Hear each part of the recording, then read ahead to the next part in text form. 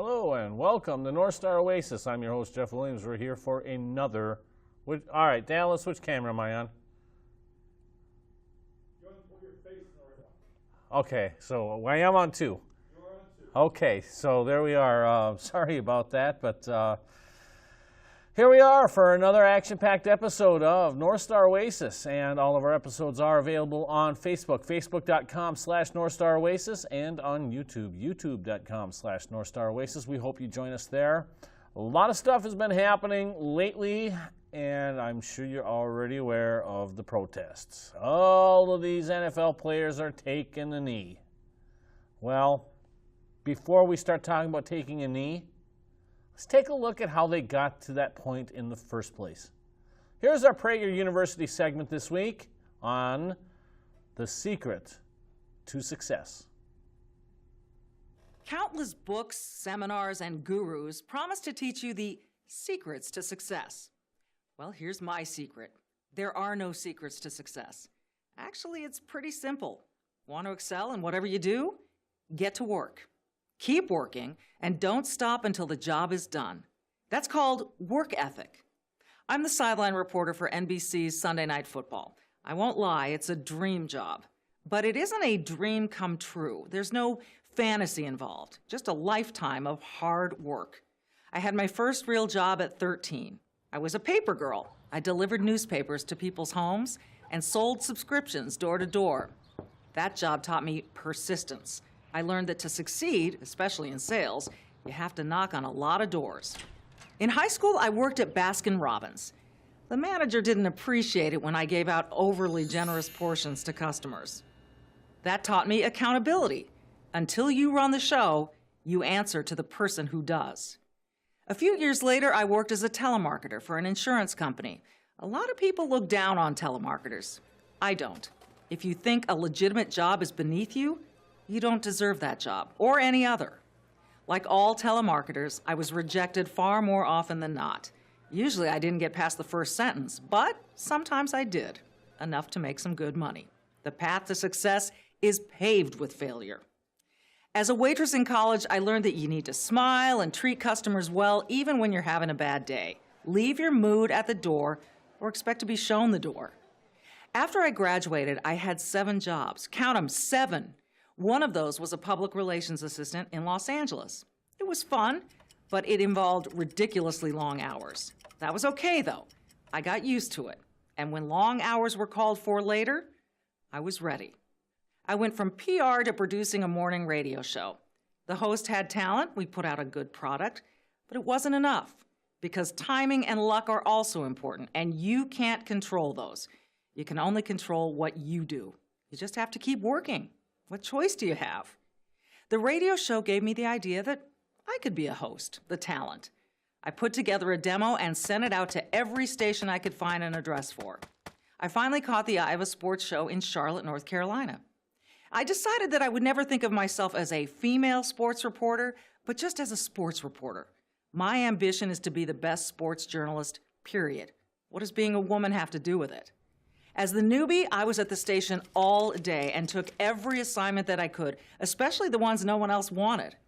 After 5 months, TV stations noticed I was scooping their stories and started calling. One of those was CBS Sports. I took that job. It was a huge jump, and it put me under a microscope. I wasn't used to that.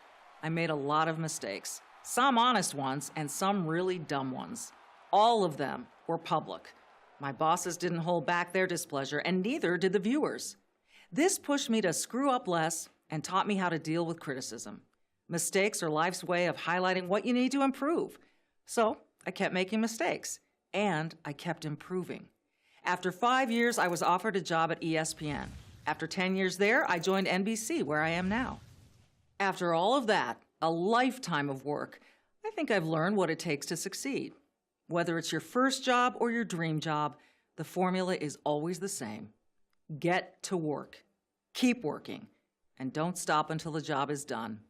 That's the secret that's not a secret to success. I'm Michelle Tafoya for Prager University. Thank you for watching. So that is how Michelle Tafoya got to be a success. One thing I will have to say, that when she says work and work and work and work, sometimes you do need a little help. Meaning, the politicians keep screwing up the economy, they keep suppressing wages, and we're not going to really touch this too much.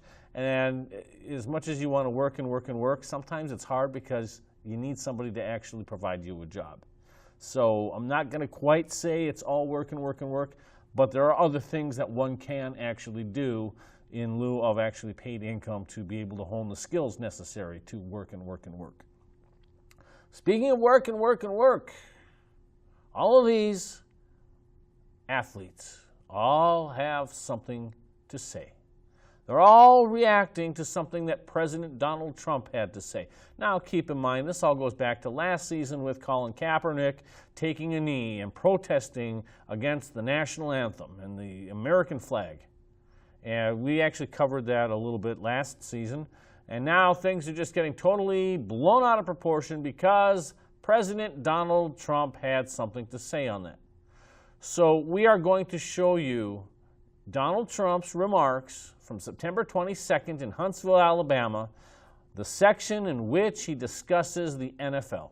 We're going to give you the complete unedited remarks of that section of his speech. This whole speech was an hour and 23 minutes. We're only giving you about a minute and a half to 2 minutes. That's all he covered. But yet, it blew up all of these protests, and we're going to actually show you some of the players' and fans' reaction to all of what's going on. I think I've got an opinion. I think you've got an opinion too. Let's just see what this is all about. Let's take a look at President Trump and then the NFL compilation. Luther and I, and everyone in this arena tonight, are unified by the same great American values. We're proud of our country. We respect our flag.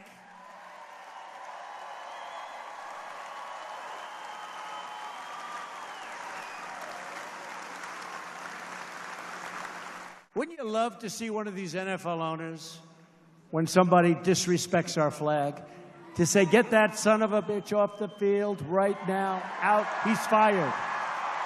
He's fired!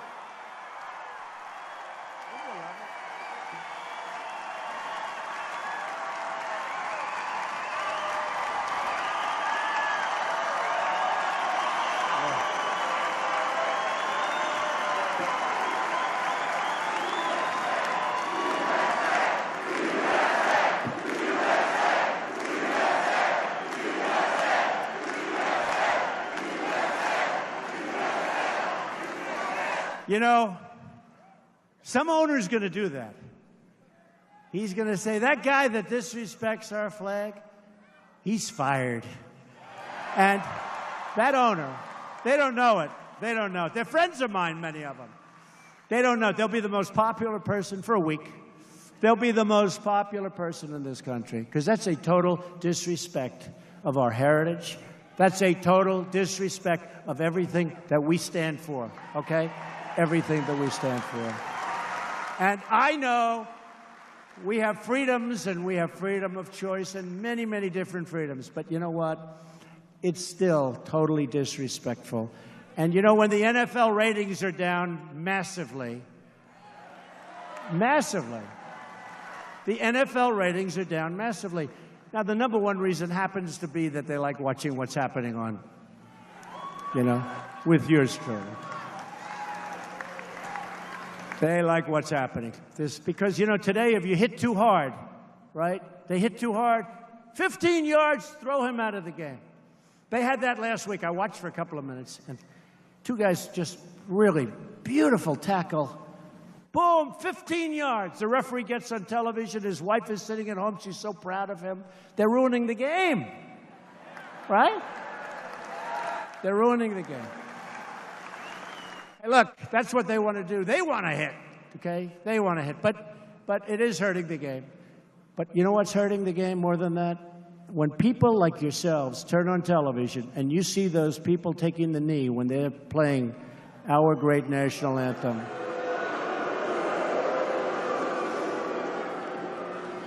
The only thing you could do better is if you see it, even if it's one player, leave the stadium. I guarantee things will stop.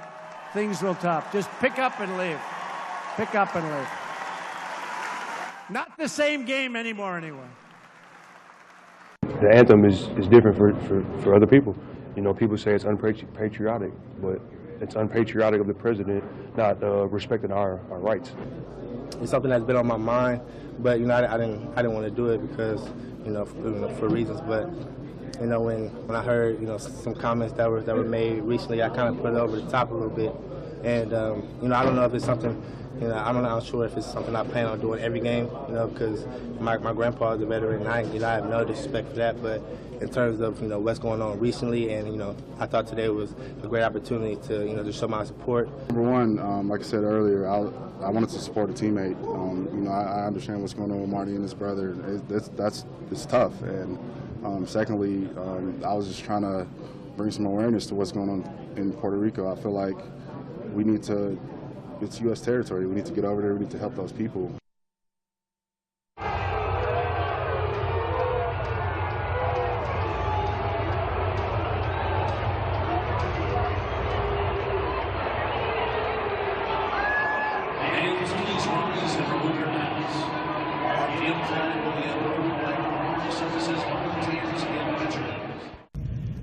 First of all, I don't think anybody, I think if this says anything, it says that you're supposed to respect the flag.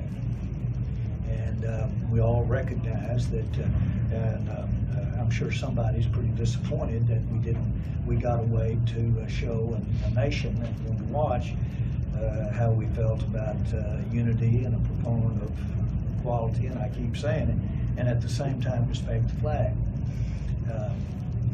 I'm into both. Yeah, again, the biggest thing for us was to show support and to demonstrate, but do it in a way that didn't involve the American flag and the national anthem. And everybody was behind that. And so literally it took us up until an hour or so prior to the game to say, okay, this is what the plan is. We want everybody together. We don't want to be offensive to anyone. We don't want to step on the Arizona Cardinals' plan for what they wanted to do. And we just felt like after we got introduced, we felt like we could all come together, we could go out to the numbers and take a knee, lock arm in arm, and have a moment of silence. And then after that, go back to our place. The way we typically handle the national anthem is toes on the line. And we chose today to lock arm in arm and be respectful of the flag, be respectful of the anthem, and everything that it represents. It was a tough deal that's to handle, but I think this team, this organization, players, coaches, staff, everyone did the right thing.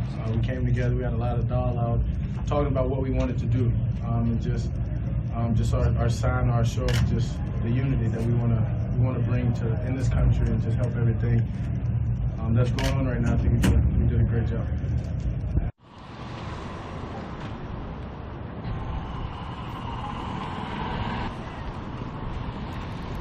I'm all Trump. I try not to do politics a lot because So am I. I don't believe that any of these athletes have the right for politics or anything. Their job is out here to entertain us as fans, and they're sitting there kneeling and just not even coming out now for the national anthem, and I think that's disrespectful for our country. Oh, the hotel, yeah, they were all in there. this is going to be good. What I want to see is my Dallas Cowboys play, and that's it. I don't want to hear about who's taking a knee, who's not. I don't want to hear about what Donald Trump is saying and what he's not, because every time I turn on the TV now, that's all I hear is Donald Trump. I stand with the players. My dad actually was a gunny in the Marine Corps, so he fought for this country. And, you know, one of the things that he taught me is that, you know, he went over there to fight for this country, for our freedom. And part of that is our freedom of speech. When you're throwing. Oh, look at you. I totally do not like taking the knee or not even showing up at the anthem, but it's freedom of speech. Everybody has the right to freedom of speech. And even though I don't like it, that's the way it is. You know, with the Donald Trump thing, he should stay out of sports and just keep to politics. And running and throwing, everything was on it. This isn't about the kind of salaries they make. They're very fortunate to be where they are, and they know it, and they have the courage to stand up and speak out. And that's not being recognized as much as we would like. It's more polarized in that. And so we understand why people are upset about it, but it is not about denigration of the flag or our country or anything that stands for. It's not about that at all. It's about trying to get your feelings out and your ideas across. And not everybody understands the inequalities that other people see. And because of that, often, because you can't see it doesn't mean it's not there. And I think that's a really important fact, because I think a lot of people are speaking about things and making reference to stuff because they don't understand why people are willing to protest or willing to stand up and try to speak out. And I don't think they're recognizing the courage that takes and what they may be jeopardizing and all that. And everybody loves this game, and we love to play it. And then sports has always been the uniter. It has never been the divider. It's been the uniter, and to make it something other than that, I think, is a terrible mistake. I think it's extraordinary that this is happening. I think it's a moment that we all can learn what we want to learn out of this, but I hope we learn about empathy, to listen and to come to an understanding of what somebody else feels without passing judgment.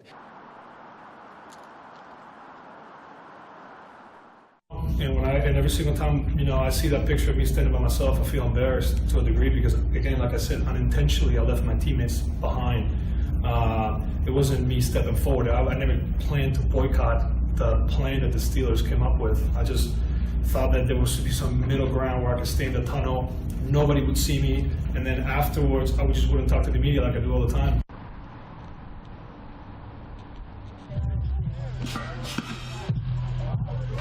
No, I didn't think that we would get this kind of remark from a president, but at the time that we started, there was a lot of hurt, there was a lot of emotion with things going on, happening in this country, especially with police brutality, the number of people that we were seeing being killed online, unarmed black people.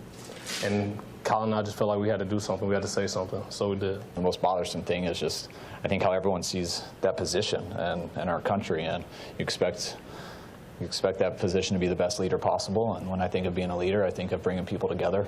And all I know is the quotes I read. And when I read those quotes, I think that's the opposite of what you're expecting. Sports is the ultimate unifier. We come from different backgrounds, but we don't hate each other. We set our differences aside, and in some instances use our differences as strengths to achieve a common goal. So I think our country should be modeled after that. We all come from different areas of the world, different backgrounds, different everything. But that doesn't mean you have to hate each other. Change only comes through conversation. This is a peaceful protest. We want to talk about these issues. We want to see if there's ways that we can make our country better. I salute the NFL, the coaches, the players, the owners, the fans, everyone that had anything or any association with the NFL yesterday. Was unbelievable. It was solidarity, and there was no divide. There's no divide, even from that guy that continues to try to divide us as people. And like I said on one of my social media platforms a couple days ago, the thing that kind of frustrated me and pissed me off a little bit is the fact that he's now he used sport. He used the sports platform to try to divide us. And sports is so amazing what sports can do for everyone, no matter the shape or size or race or ethnicity or religion or whatever. People find teams, people find players, people find colors because of sport, and they just gravitate towards that, and it just make them so happy. And it brings people together like none other. And we're not going to let, I'm not going to let, while I have this platform, to let one individual, no matter the power, no matter the impact that he should have or she should have, ever use sport as a platform to divide us. And then you go to the other side, and when you don't talk about sports, and they try to divide us from that side as well. And the one thing that I can say and just think about is how can we personally throughout everything that guy is doing, no matter if you voted for him or not, you may have made a mistake, and that's okay. If you voted for him, it's okay. I mean, I've done things for my kids and realized I shouldn't have gave my daughter that many damn Skittles. Maybe I shouldn't have done that. She won't go to sleep now. Can we sit up here and say that I'm trying to make a difference? And can we sit up here and say that I can look myself in the mirror and say that I want the best for the American people, no matter the skin color, no matter the race, no matter how tall or athletic you are or whatever the case may be? Can we sit up here and say that we are trying to make a difference? Because we know this is the greatest country in the world. It's the land of the free. But we still have problems just like everybody else. And when we have those problems, we have to figure out a way how we come together and be as great as we can be as the people. Because the people run this country, not one individual, and damn sure not him. Yeah, so as I got this platform and as I have a way to inspire and I have a way for my word to be bond. I will lend my voice, I will lend my passion, I will lend my money, I will lend my resources to my youth in my inner city and outside of my inner city to let these kids know that, you know, there is hope, there's greater walks of life, and not one individual, no matter if it's the President of the United States or if it's someone in your household, can stop your dreams from becoming reality.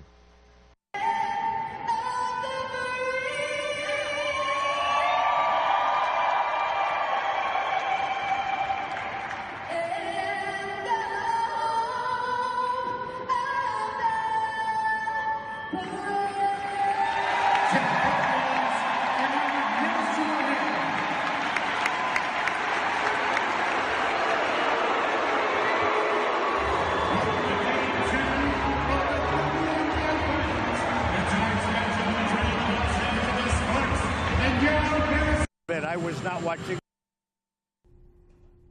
So there you have it. Well, I have a huge echo here. Sorry about that. There you have it. That's the narrative. That's the story. That's what Donald Trump said. Now, what did he say? If you protest the flag, you should be fired. And he's waiting for an owner to say that these protests are ruining the game. That's what he said. Here is what Lance Kendricks from the Green Bay Packers, he was, just to give you a refresher here, he wants to, about what's going on in Puerto Rico. That's, I guess, the reason for protesting, what's going on in Puerto Rico. He's the only one who said that. Jason Garrett, Cowboys head coach, we want to show support and demonstrate. And we don't want to be offensive, but yet this whole thing is quite offensive.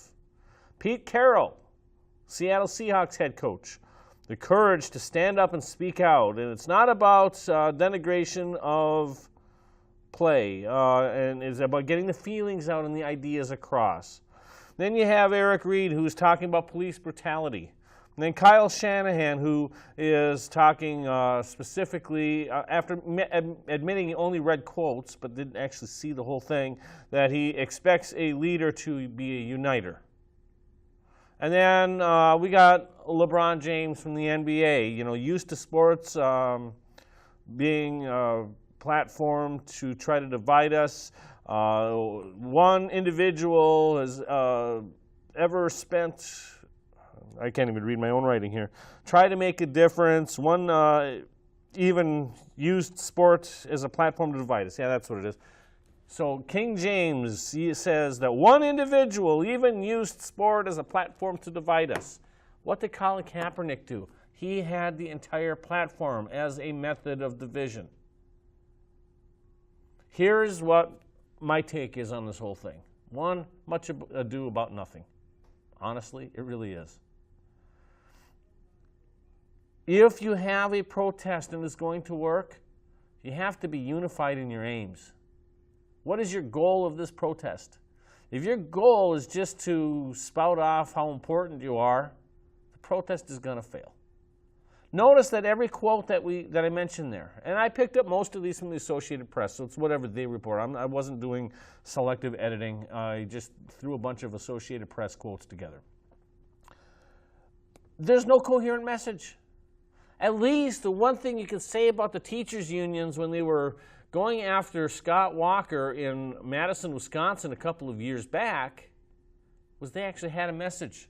They had not just a platform, but they had something tangible that they wanted to have accomplished. They may have failed in that regard, which is why they got the recall election, which is why Scott Walker had to win 3 elections in 4 years. But that's the process. If you're going to protest, protesting is fine. That's American. But have a specific, tangible aim instead of some generality about what's going on in Puerto Rico, and he's the only one who says that. While you have somebody else talking about police brutality, while somebody else says we got to try to make a difference. You don't need to be an NFL star on that platform to make a difference. You don't need to be an NBA star to make a difference. If you have problems, work them out amongst the community. But don't make a mockery of the American flag. Oh, but according to Jason Garrett, we don't want to be offensive. Perhaps you're trying to be offensive, even though you're saying you're not. That if people are being offended, then if you don't want to be offensive, see, that doesn't add up. Obviously, if people are talking about your method and your tactics and not your message, you're going to lose, and it's going to backfire. Of course, with all the protests that came out, yes, Donald Trump continued on after that about how the NFL is going to lose a lot of money, and he's probably right about that because this is a wedge that is really big right now. The NFL is going to be on the losing side of that. The NFL had previously paid Roger Goodell, the NFL commissioner, $44 million. Does it look like he has really earned $44 million when you see the amount of revenue that's going to go down? Here's how sports teams make their money. There's really about 4 ways. Anyway, 5 if the team owns the stadium. Tickets, that's number 1. Merchandise is number 2. Sponsorships is number 3. Then you have your television contract revenue sharing is number 4. That's where they make the revenue. But if people are not buying the tickets, people are not buying the merchandise, sponsors are not going to be happy. TV revenue goes down because people aren't watching as much. This is all going to swirl downhill, and the owners are the ones who are letting it happen. The National Football League was created, was it 1920? 3 more years, we're at the 100th anniversary of the National Football League. I might be wrong on that date. I haven't really looked it up. It's been a while since I've had to dust that part of my brain out. But the fact is, that's what these protests are doing. Is it solving problems? No. I don't know one person who, because of these protests, have not been a victim of police brutality. I don't know that this has made anybody more aware about what's going on in Puerto Rico. One individual even uses sport as a platform to divide us. I think LeBron James and his anti-Trump rhetoric is being more divisive than actually saying, hey, we got problems, let's fix them. How about Kyle Shanahan, who wants to talk about leadership? His team hasn't exactly been the most successful, so I start to question his leadership, but that's another story. The fact is, that's what's going on here. There's no coherent message. It's extremely divisive. And here's the one thing that gets left out, and it's two groups of people have specified many, many, many times. And I'll bring it up one more time here before we move on. Montford Point Marines, Tuskegee Airmen. These are the people that everybody on that NFL field should look up to. Everybody. Back during World War II, these were the ones who made the breakthrough in making sure that blacks were accepted into the military service once again. These are the ones who had to overcome a lot of racial prejudice so these people standing on the field doesn't have to. We can look back to guys like Emlyn Tunnell, the New York Giants and Green Bay Packers. We can look at guys like Jackie Robinson. These guys are breaking the color barrier. We don't have a Negro League baseball league anymore. Why? Because we don't need one. But yet all this protesting is doing nothing except bringing back the community division. Now, with all of this talk from all the players about race, was Donald Trump's comment regarding race, or was it regarding the flag? Let's hear what the president has to say. I was not watching the games today, believe me, I'm doing other things, but I watched a little bit, and I will say that there was tremendous solidarity for our flag and for our country. We have a great country. We have great people representing our country, especially our soldiers, our first responders, and they should be treated with respect. And when you get on your knee and you don't respect the American flag or the anthem, that's not being treated with respect. Are you claiming racial tensions, sir? No, this has nothing to do with race. I've never said anything about race. This has nothing to do with race or anything else. This has to do with respect for our country and respect for our flag. Now we're going to show you somebody else who understands what respect means and how he had instilled it in his young basketball players. This is a coach, I think he's from Virginia Tech. I can't remember exactly what the school is, but it's a school out in Virginia, a college. And this is what he did to get the attention of his student athletes.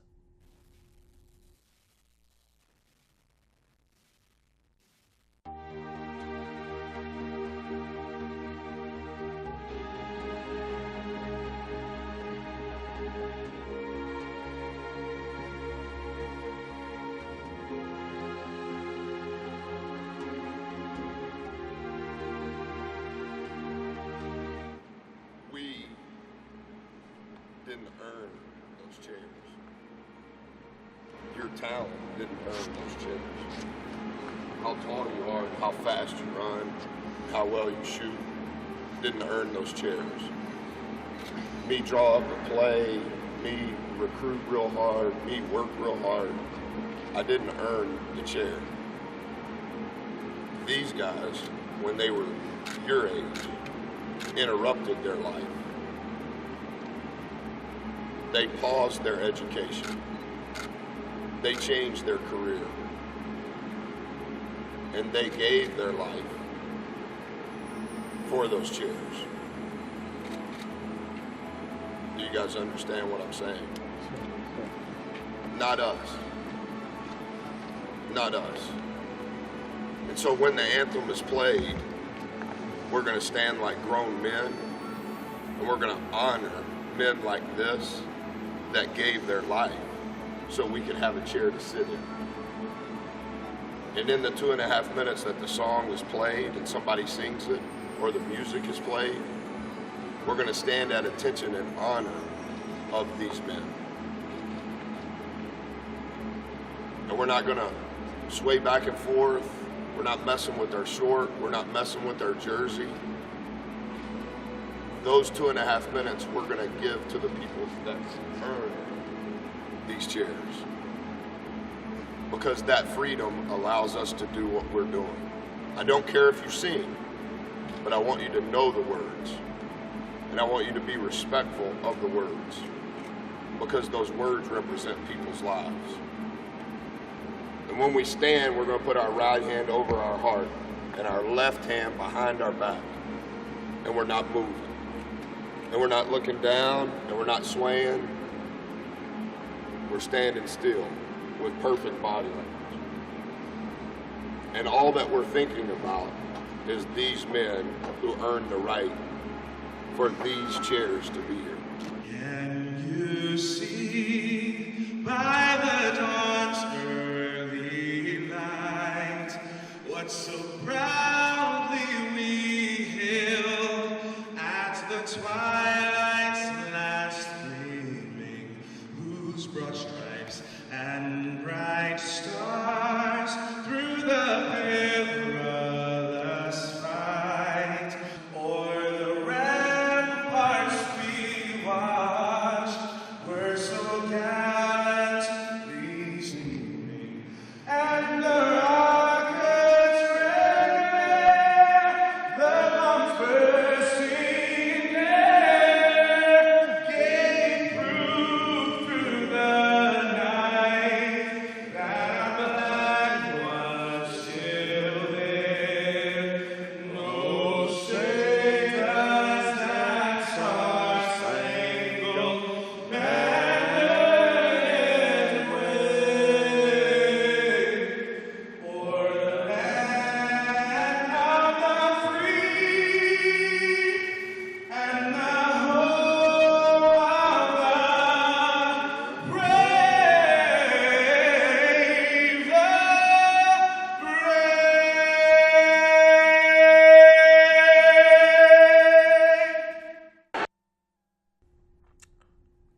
I hope people learn something from that, because there's a lot we can learn.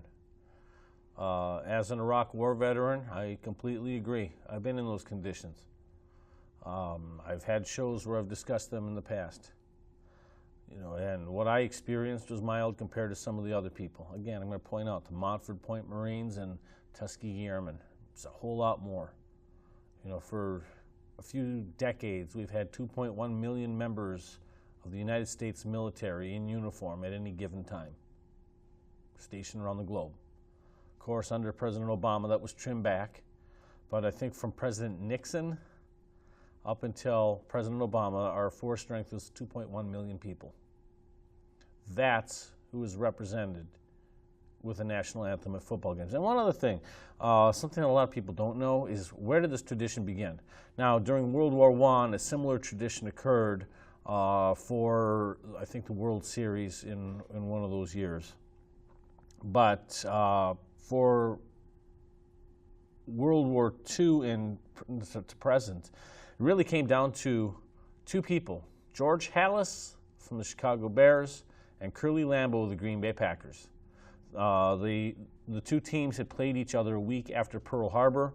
It was a playoff game, and they wanted to do something to bring awareness to the fact that we were in a state of war and wanted to unify the country. And so they had agreed that the national anthem should be played prior to the next game.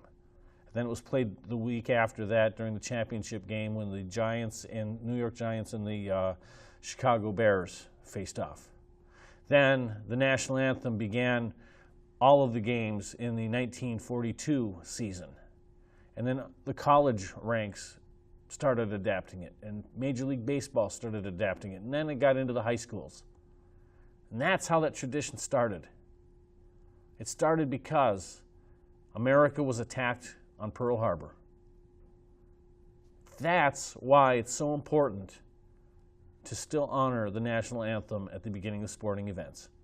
Not walking off the court or going into the locker room, not taking a knee, because there's a lot of people who have lost their knees. They can't even take a knee because they don't have one. The ones who were blown up by grenades and mines. I think we should all consider ourselves fortunate that we're in this great land. But the one thing we can't do is screw it up. Somebody else who probably has more credibility on this than me is a man named Clarence Mason Weaver. I don't know if you've heard of him or not. You ever hear of the Black Panthers back in the 60s, 70s, 80s? He was one of them. Harbored a lot of hate, and we're going to get into that in a little bit. But here's a former Black Panther who's talking about the current protest today. And I think he has words that will probably resonate with everybody if we want to actually be unified. Let's see what he has to say. Greetings, folks. This is Mason Weaver, author of It's Okay to Leave the Plantation. That book is over 20 years old now, and folks still refuse to leave the plantation. This is September 2017.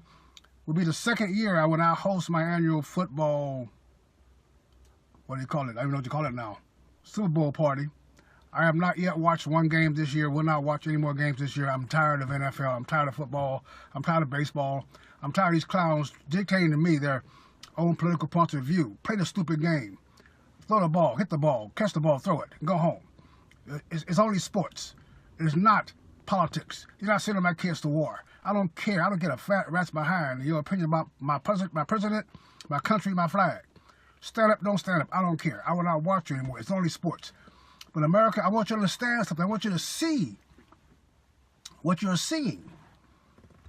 Black folks, these black activist groups are demanding better treatment, demanding better housing, demanding better jobs, demanding better schools. They're demanding more from you, America, as if you are their problem. But now you see these successful, rich, millionaire athletes who came out of these schools, who worked their way through college playing sports for free, who gained access to the liberties and financial situation in America by working hard at it. They achieve their goals. They are millionaires, multimillionaires, and they're still not satisfied, America.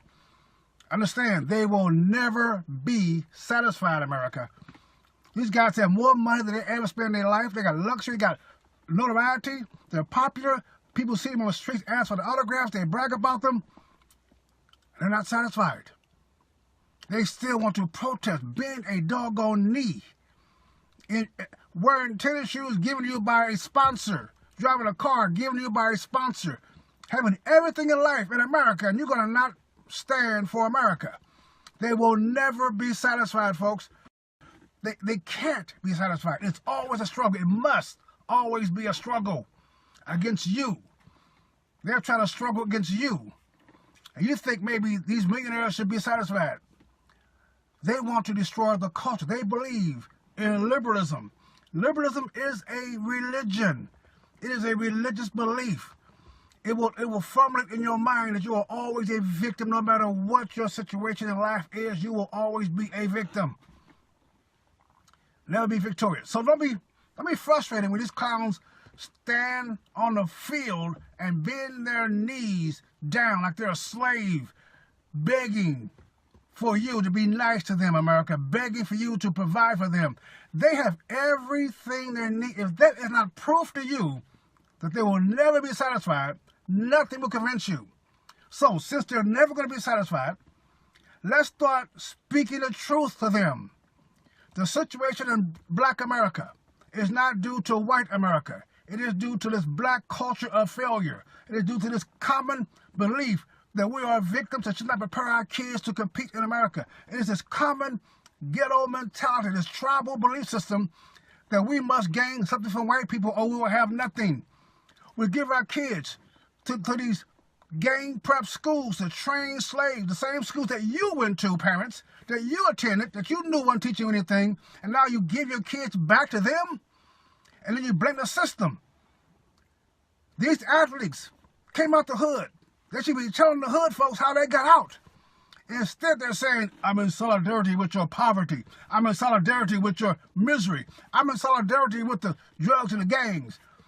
I was at the mall yesterday, taking my grandkids shopping.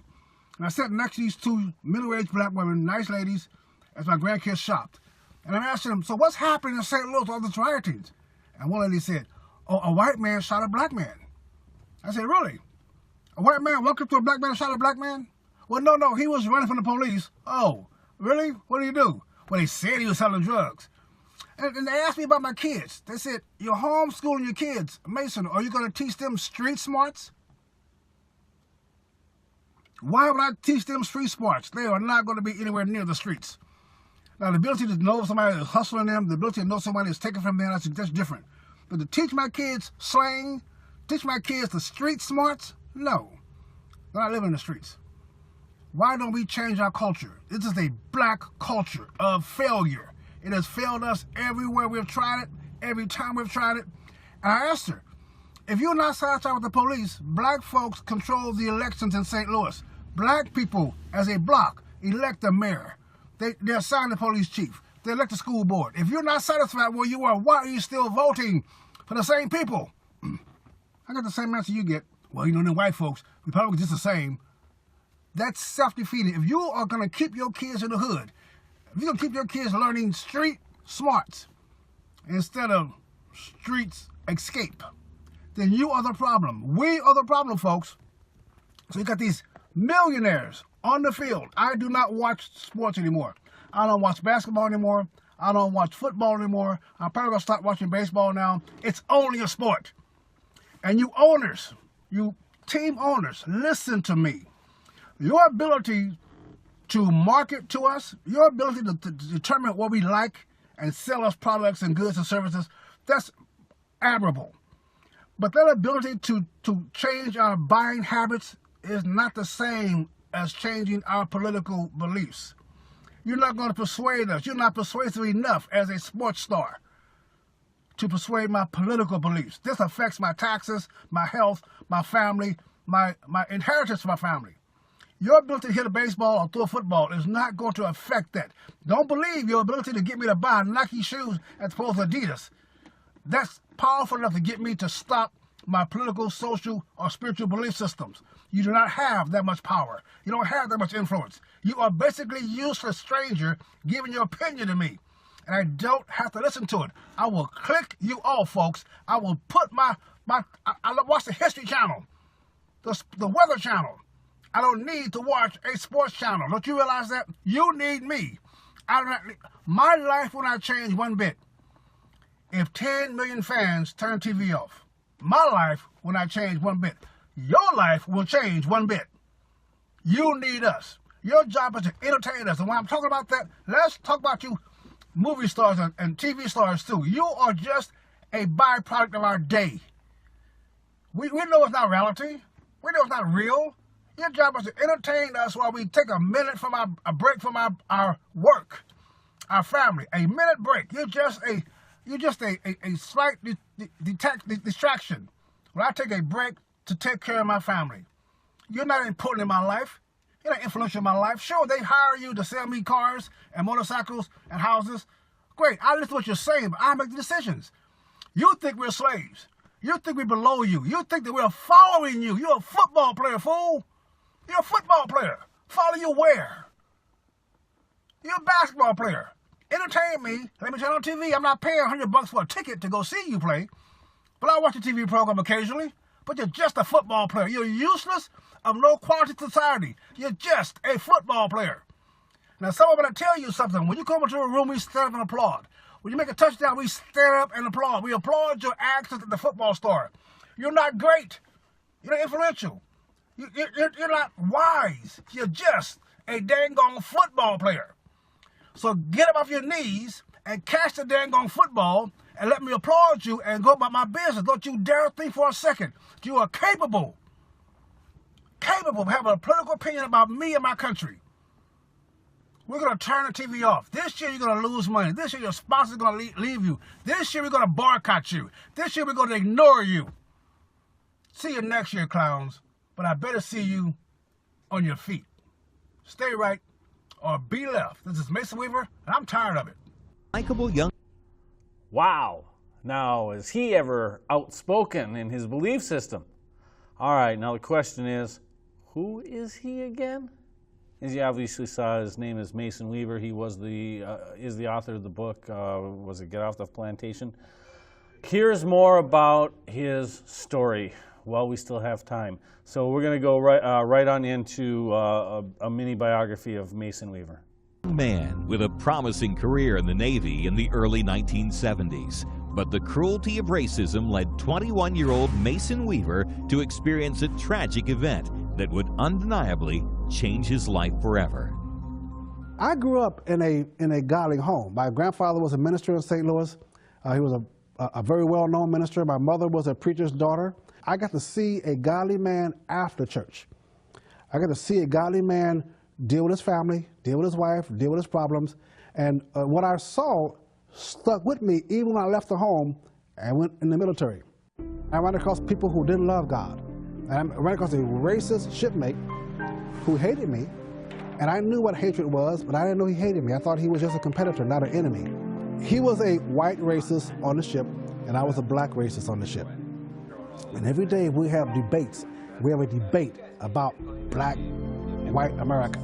And I was getting the best of him. To me, it was just playtime. I didn't take him seriously. One day, I had to fly to San Francisco, and I was ordered to give this man my work crew, all black crew, black militants. He was a white racist who took off my work crew. They would kill him.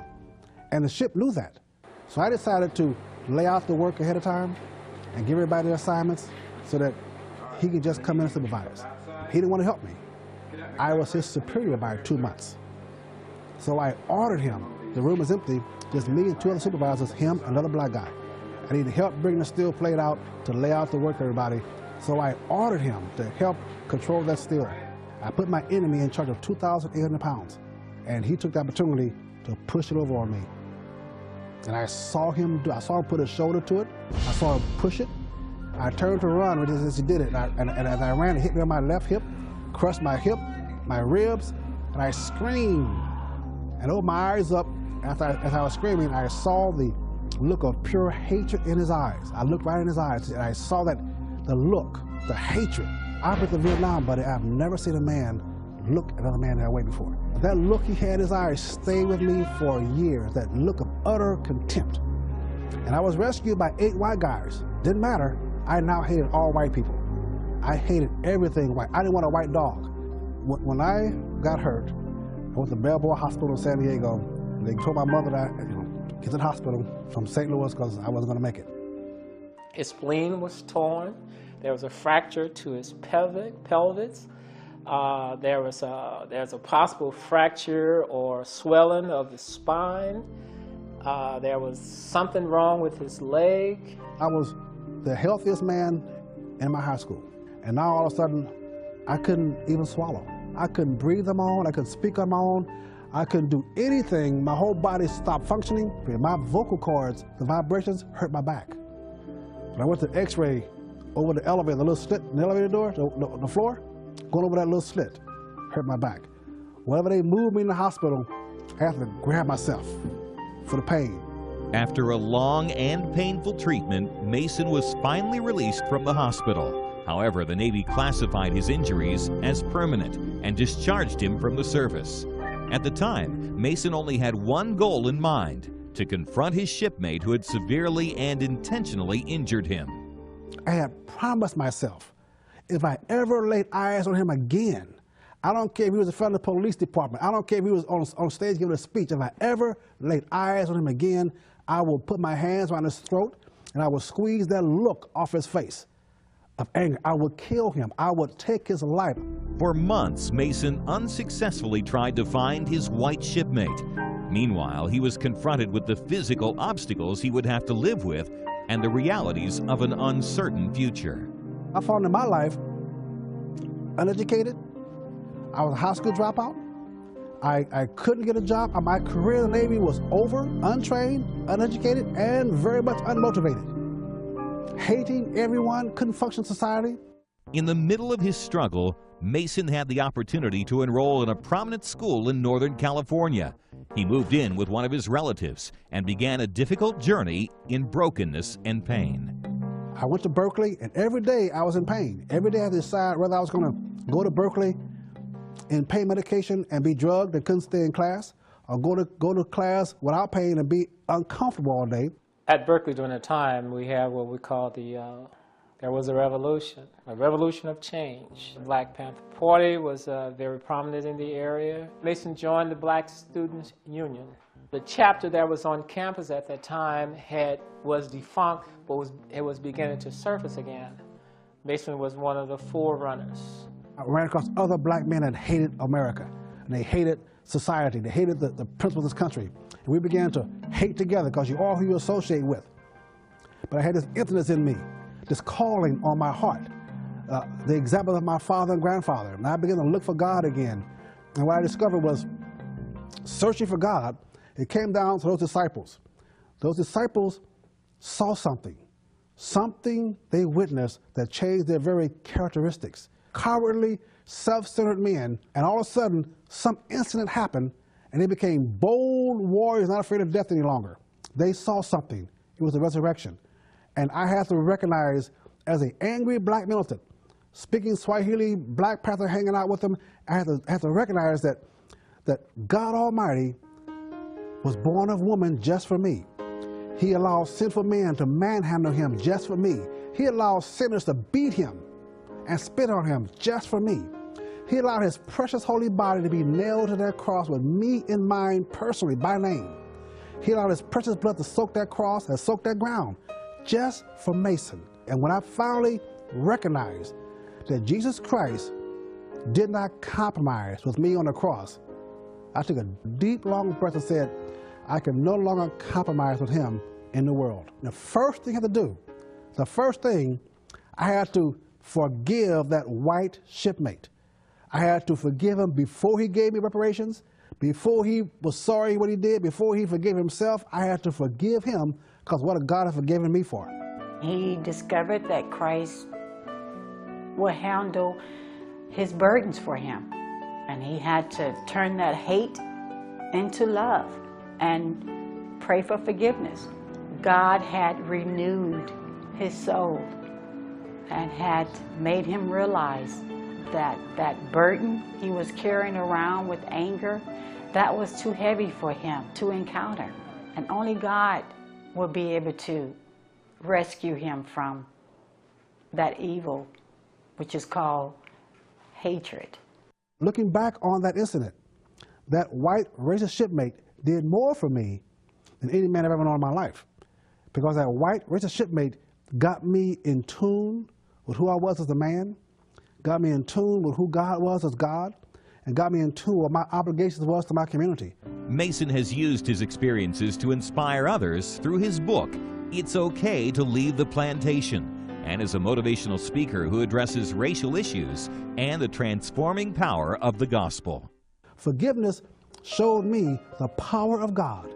When I forgave that guy, the power, I felt the steel lifted off of me. I stood stronger, I stood taller. When I forgave him, I was no longer a victim, I was victorious. When I forgave him, I was no longer a slave, I was free. To honor, and I think that's something that everybody who's in the NFL should really come to understand and know.